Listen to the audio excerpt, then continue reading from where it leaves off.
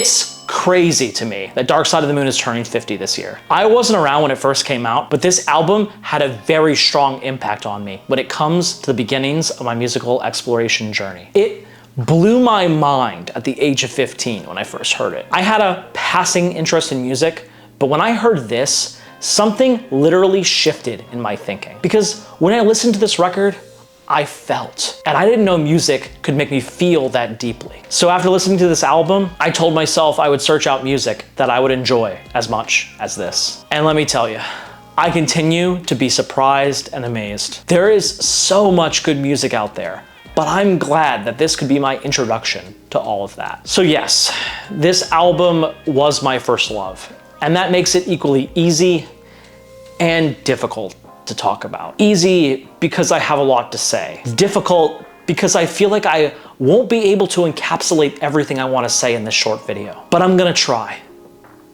Here it goes. When I think about this album, to truly boil it down to its essence, here's where my mind goes. This album is literally about life itself. I know, Pink Floyd call it a concept album about madness. And sure, you can go down that route and you'd have a great case for it. But I think it's deeper than that. When Dark Side of the Moon begins, we hear a heartbeat, breathing, and then a scream. Similar to how when you are born, that's your first sound that you make to the world. Throughout the 10 songs of the album, you continue to hear this heartbeat. In this way, the heartbeat ties the whole record together, like the life that is born at the beginning of the album. And at the end of the record, the heartbeat fades away as Eclipse finishes. Interestingly enough, this track focuses on the person looking back at their life, at what happened, and wholly moving on. In between and throughout their life, however, experienced in order from each stage, they are caught up in the mundanities of it, like money, or being in trouble, the track On the Run, sex, from the track Great Gig in the Sky, or what others think of them, the track Us and Them. Some of these might even bring them to having brain damage. The saddest part about all of this is that they should be thinking about how much time they have. But unfortunately, Pink Floyd points out that that is the most fleeting. And at the end, the sun,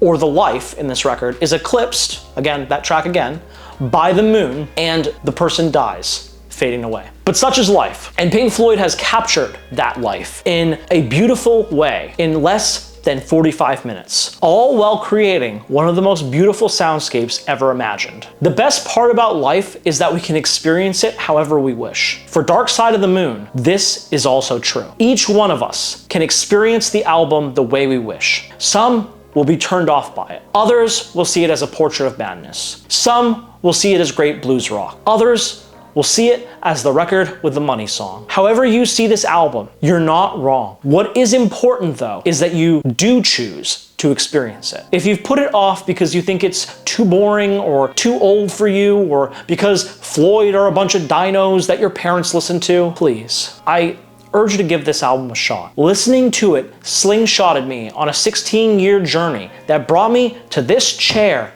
of musical self-discovery now. To cast aside something just because you think it's overrated or not for you without giving it a chance, if I could ask of you one thing, it's to listen to this album. Because like life, if we sleepwalk through it, then have we even lived? Part of life is experiencing art, especially things that challenge who we are. Hope that helps. Please like and subscribe if you enjoyed this. I can't keep doing this without your help. Love you all.